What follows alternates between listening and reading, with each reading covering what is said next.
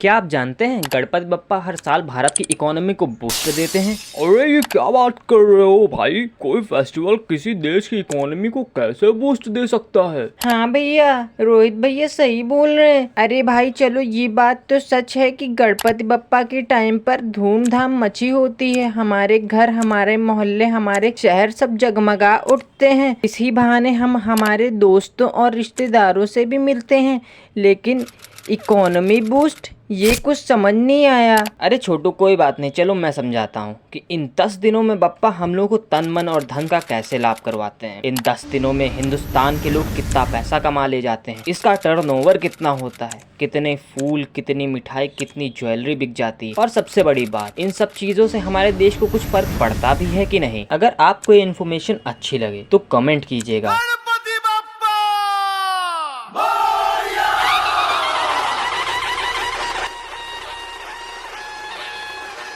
और शेयर कर दीजिएगा अपने सभी दोस्तों के साथ। और हाँ, इस वीडियो को लाइक करके ये दिखा दीजिए कि बप्पा के भाग किसी भी क्रिएटर को छोटे से बड़ा बना सकते हैं। हिंदुस्तान में ऐसा हो ही नहीं सकता है कि गणेश जी का ये फेस्टिवल किसी का फेवरेट ना हो। विघ्नहर्ता गणेश जी का ये पर्व पूरे 10 दिनों तक चलता है। ये 10 दिन तो जैसे बप्पा अपने बच्चों को प्यार और भक्ति का मतलब सिखाने के लिए ही आते हैं। गणपति बप्पा सिर्फ बच्चों के ही नहीं, बड़ों के भी फेवरेट है। अगर आपका कोई बिजनेस है तो आप मेरी बातों को समझ ही सकते हैं कि फेस्टिवल का कितना बड़ा इम्पैक्ट पड़ता है इनकम के ऊपर। या ये बोलो, ये एक हाई ग्रोथ पीरियड होता है। हिंदुस्तान में फेस्टिवल को इकोनॉमी ड्राइवर भी बोला जाता है, क्योंकि इससे एक चीज आती है और वो है भैया भैया मैं बताऊं। हाँ छोटू बताओ। भैया इससे पैसा आता है।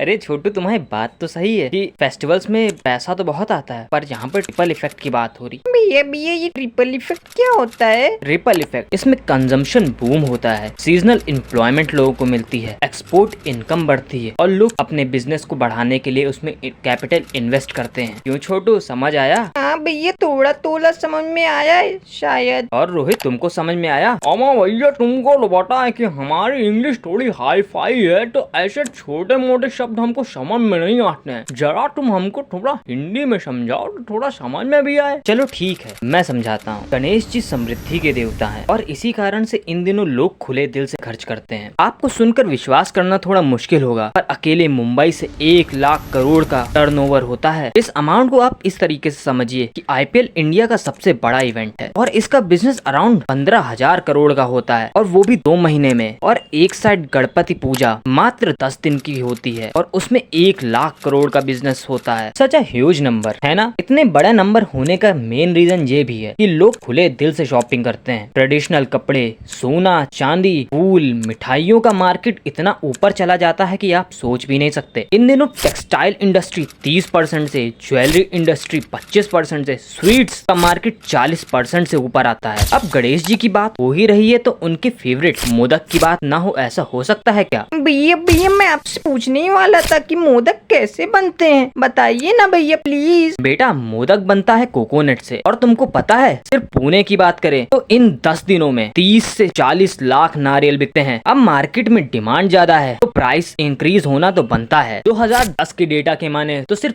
पुणे से 1.8 करोड़ के नारियल बिके हैं। अरे बाप रे बाप, ये 14 साल पुरानी बात है, तब 1.8 करोड़ नारियल बिक गए। 14 साल में तो ये 14 टाइम से डेटा ज्यादा हो गया होगा। अरे भैया, आपकी बातों के कारण मैं लेट हो जाऊंगा। मम्मी ने मेले को फूल लेने भेजा था, अब मेले को मम्मी डांटेंगी। अरे छोटू, एक बात तो सुनते जाओ। अब नासिक के पंचवटी मार्केट से एक नॉर्मल दिन में, ध्यान से सुनना, एक नॉर्मल दिन में 20,000 टन फूल बिकते हैं। 20,000 टन। किसी गांव के हर एक मंदिर, हर एक घर के मंदिर को फूल चढ़ाने के बाद भी ये फूल कम ना पड़े, इतना ज्यादा होता है 20 टन। और अब ये बिक्री बप्पा की वजह से 5 गुना तक ज्यादा हो जाती है। तो सोचो बप्पा के कारण कितने फूल मालिक, कितनी दुकानों का प्रॉफिट होता होगा, उनके घर चलते हैं। अच्छा भैया, यही होता है क्या कंजम्पशन बूम? अरे वाह छोटू, तुम तो सीख गए। देखो भैया लोग, वैसे तो गणपति पूरे देश में मनाया जाता है, पर गणपति फेमस है महाराष्ट्र के लिए। महाराष्ट्र के रायगढ़ में एक रीजन है जहाँ पर 2000 से ज्यादा मूर्तिकार अपनी कला के थ्रू 30 से 35 लाख बप्पा की मूर्तियां बनाते हैं, जिससे इंडिया में 600 करोड़ का बिजनेस होता है और इसी को सीजनल एम्प्लॉयमेंट कहते हैं। अभी बप्पा हैं तो बप्पा की मूर्तियां बन रही हैं और जब दुर्गा पूजा होगी तो माँ जगदम्बा की मूर्तियों का सीजन आएगा। गणेश जी ऐसे ही समृद्धि की देवता थोड़ी ना है। इन दिनों डेकोरेटर्स, इलेक्ट्रीशियन, मूर्तिकार और लगभग 1 लाख लोगों को एम्प्लॉयमेंट मिलता है। अरे भैया ये बताओ, तुमने सीजनल एम्प्लॉयमेंट समझा दिया, कंजम्पशन बूम समझा दिया, और ये एक्सपोर्ट इनकम क्या है ये तो बताया ही नहीं। अरे रोहित थोड़ा सब्र करो, एक एक करके मैं सब समझाऊंगा। यूके, यूएस और ऑस्ट्रेलिया जैसे ना जाने कितने देशों में मूर्तियां, नमकीन और मिठाइयाँ हमारे भारत से एक्सपोर्ट की जाती हैं। और हाँ, क्या तुमको पता है इंडिया ग्लोबल रैंकिंग में नंबर 1 है नमकीन एक्सपोर्ट करने के लिए। इंडिया का एक्सपोर्ट मार्केट 108 बिलियन डॉलर्स का है और इसी से जुड़ा हुआ है कैपिटल इन्वेस्टमेंट। कंपनीज फेस्टिवल में ऑफर निकालती हैं, डिस्काउंट देती हैं और मार्केट प्रमोशन पर खर्चा करवाती हैं, जिससे लोग उनके यहाँ आए और उनकी बिक्री बढ़े। और छोटू बेटा और रोहित भाई और आप सब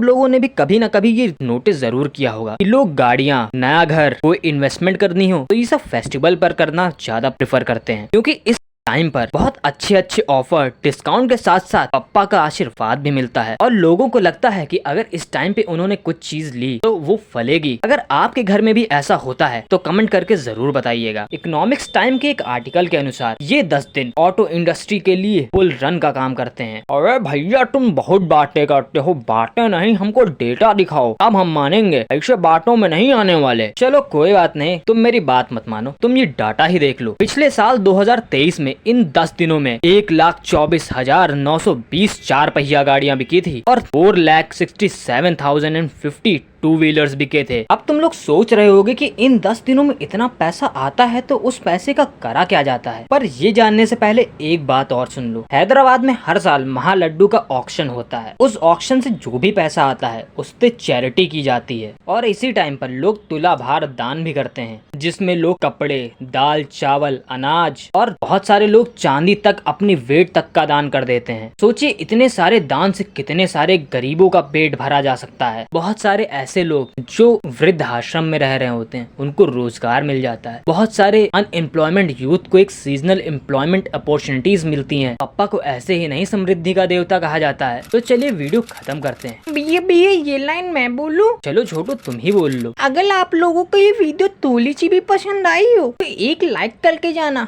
और अगर आपको ये वीडियो नहीं पसंद आ रहा है तो कमेंट करके जाइए कि आपको क्या चीज नहीं पसंद आ रही। हम अपनी अगली वीडियो में जरूर ट्राई करेंगे कि आपके कमेंट के हिसाब से वीडियो बने। Thanks for watching. Ganpati Bappa Morya.